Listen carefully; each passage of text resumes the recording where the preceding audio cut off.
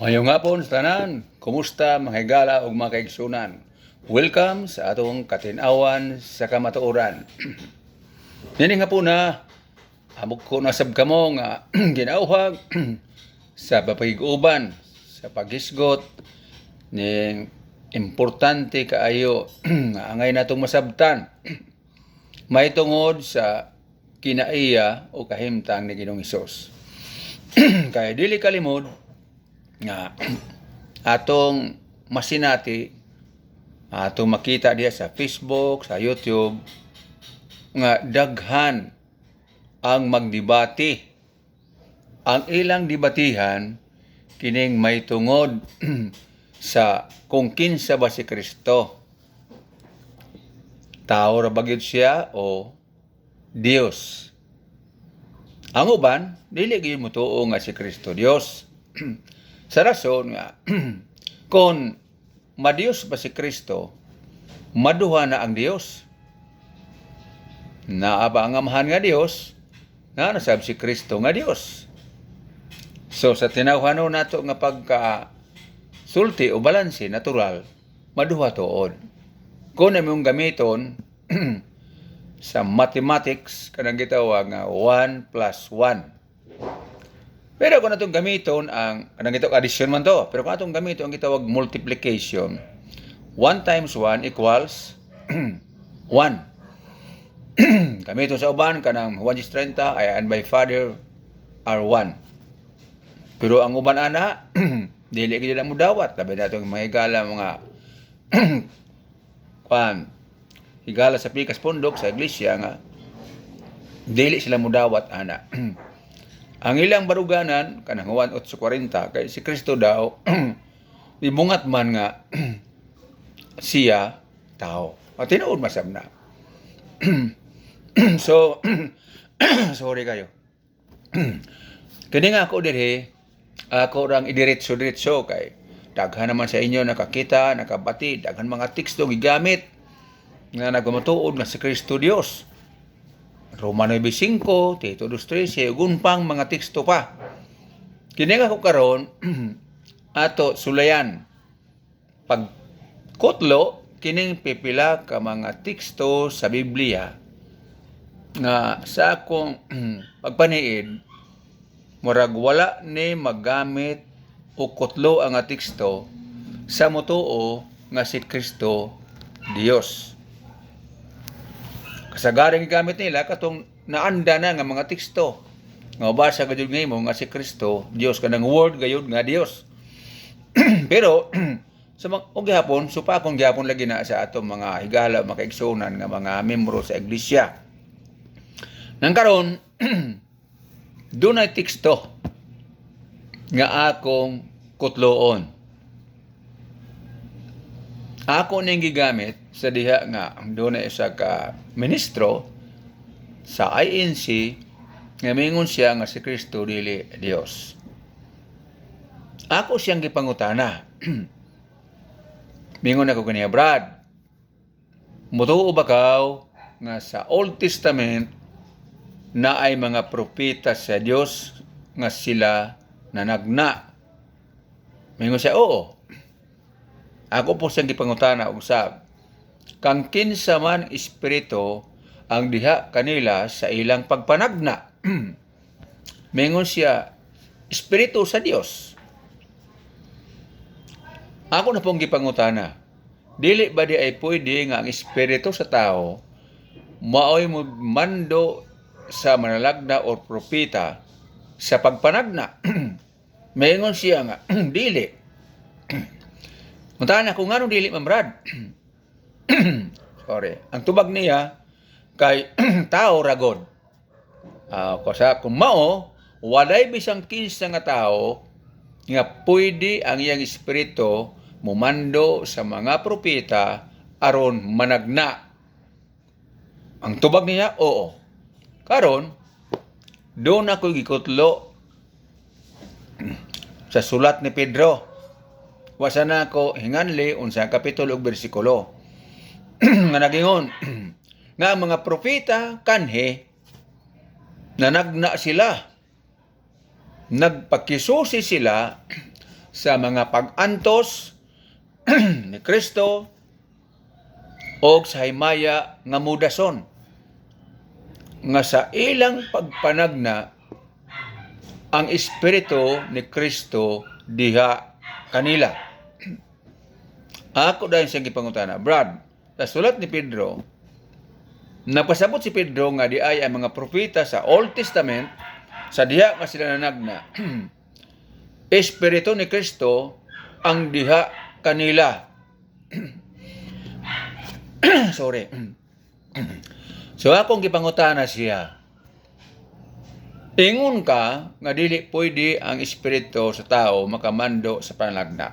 Karon, kung si Kristo tao ra gyud siya sumala sa imong pagtuo, unsang pagkahitabo nga wala pagani siya mataw o mahimugso sa kalibutan nga ang iyang espiritu nagmando naman sa mga propeta sa Old Testament aron sila managna. Unya, unsao man sa iyang espiritu pagmando sa propeta sa pagpanagna kun ang siya tao ra gyud dili Dios. Ingon siya na asa man na Brad makita nato nga teksto. Nung ako nang gitugan. Nung kaniya sa naunang Pedro kapitulo 1 mga bersikulo 10 ug 11. Iyang gipaklian niya Biblia, ako dila na Biblia. Kaya ko naman ko tambong sa ilang siring-siring sa akong kauban. Pagbasa niya, maingon siya na, wala man din ni Brad mabasa, Brad, nga nag-ingon si Jesus Dios. Nung ko wala bitaw mag-ingon nga, Pedro mabasa nga, si Jesus Dios. Pero ang buot kay pasabot ba, mo namang gibasa. Di ba ingon ka lagi nga ang Espiritu sa Dios, maulamang ang makamando sa mga propeta sa pagpanagna. Dili pwede ang isang kinsa nga tao. Nang karon kung si Kristo lagi tao ra, dili siya Dios. Ngano nakamando man ang iyang espiritu sa pagpanagna gamit ang mga propeta ganin itong panahon na wala pa sa matao sa Old Testament pa. Nung ko diba masabot na ito nga Dios, tingnan ako siya abi nimo Brad, ambot kon unsa exalted nimo, ang Biblia ko dunay kitawag explicit ug implicit. Explicit kanang mabasa ko din word for word or pulong for pulong. Og implicit, dili mabasa nimo word for word apan masabot mo. Manang gitawag implied truth. Ingon na siya, sige Brad, tun ang kupane. O kasi tun So din ni mga higala gigsoon, atong masabot nga kung si Kristo tao ra gyud. Kamo, naminaw ron. Okay, sulay pagbasa ka na ang ingon teksto sa unang Pedro kapitulo 1 o 10 ug 11 nga bersikulo. Nya, ayaw butangi diha nga ngalan nga Dios o mabasa nga Dios. Balansiha kon ngano nga ang Espiritu ni Kristo nakamando man sa mga propeta sa Old Testament aron sila managna, wala pa siya mga tao, kung tao ra gayud siya. Pwede di ay. Nga nag-ingon man ang Dios sa Amos 3:7 nga kung magpadayag sa mga tinago, mugamit siya sa propeta. Di ba? Mao man gyud ang pagtuo sa mga tao, basta ang propeta nga di manalagna, ang Dios gyud mao ay nagmando, Espiritu sa Dios nga diha kanila. Di ba? O ang Holy Spirit nang karon kung tao si Kristo. Karon makita na yun nato nga di ay si Kristo Dios. Kaya nakamando God ay ang Espiritu sa pagpanagna. Sunod, na ilang teksto. So, 1, kapitulo 2, gikan sa 19, ngat 25. Idiritso ka na ako, pagsulti, ambot, ipasabot, anak nga, mga teksto. Mengon si Jesus, gubaan ninyo kini nga templo, o patindugong ko kini sa sulod sa tulo ka adlaw. Mengon ang mga naminaw. Kini nga templo, gibuhat ni sa 46 katuig. Unya, imo ra lamang ini gubon, unya patindugo nimo sulod sa tulo ka adlaw. Pero di katuwa no. Apan di ay ang pasabot ni Kristo kadili katong templo nga iyang gihinluan. iyang gi abog to ng maligi at tubang sa templo, kundi ang iyang kaugalingong lawas. Mabitaw nga pagabot dito sa bersikulo 22, ilang sabtan nga di ay pagkabanhaw ni Kristo, nasabtan sa mga apostoles nga di ay mauna amot ipasabot ni Kristo. Karon sa bersikulo 24, 25, nabasa nato nga si Kristo nasayod sa tanang tao. Kanang word nasayod sa tanang tao. Dili ba na siya Dios? Naabay tao nga nasayod sa tanang tao? Kita gani pila kabuk tao aton hibaw-an sa Iran. Si Kristo na-record na nasayod sa tanang tao. Di lamang ka nasayod sa tanang tao kundi sa bersikulo 25 nasayod kung unsa ang naa sa sulod sa tao sa inong kana. Naabay tao nga masayod sa sulod sa laing tao? Wala. Only God, ang Diyos ra. Nagkaroon ko si Kristo tao ra gyud.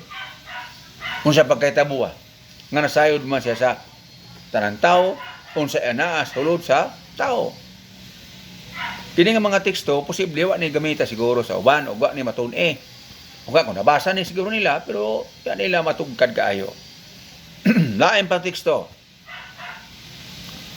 Ningon si Jesus sa Pinadayag 22:13.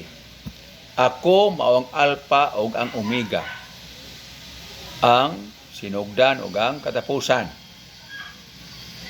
Unsa daw siya? Alpha ug Omega. Na kining Alpha ug Omega, sinugdan ug katapusan.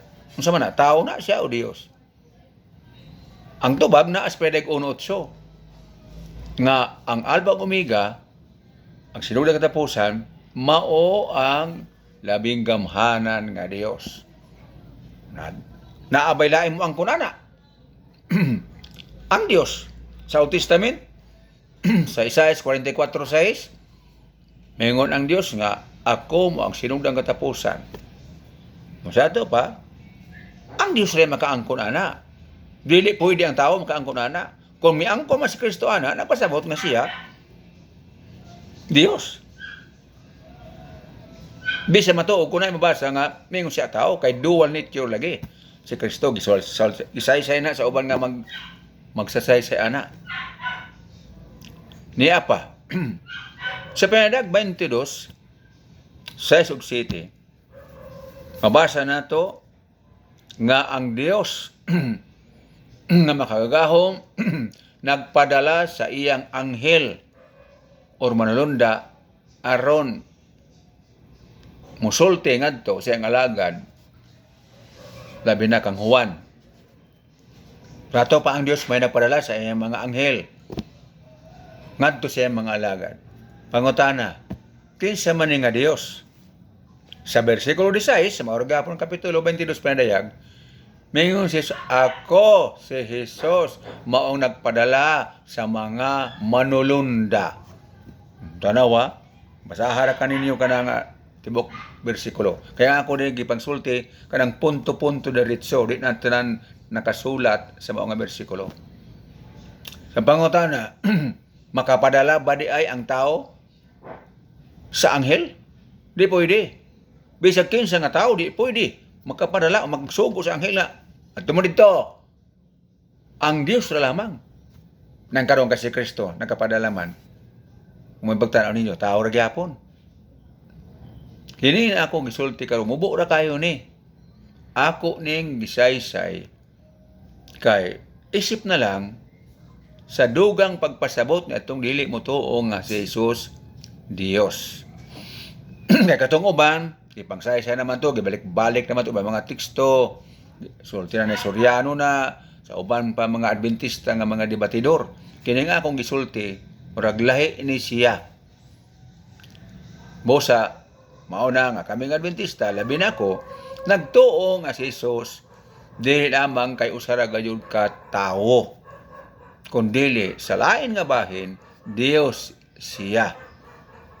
Sumala sa mga teksto nga akong gikutlo, akong gipasabot, akong gisaysay.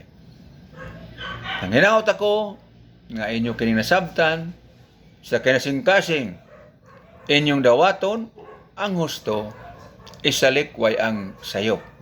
Kay mao kini ang katuyuan sa katin-awan sa kamatuoran. Daghang salamat. Paki-share na lang ngadto sa uban. Ug naamoy pangutana o tawag, alihog na lang.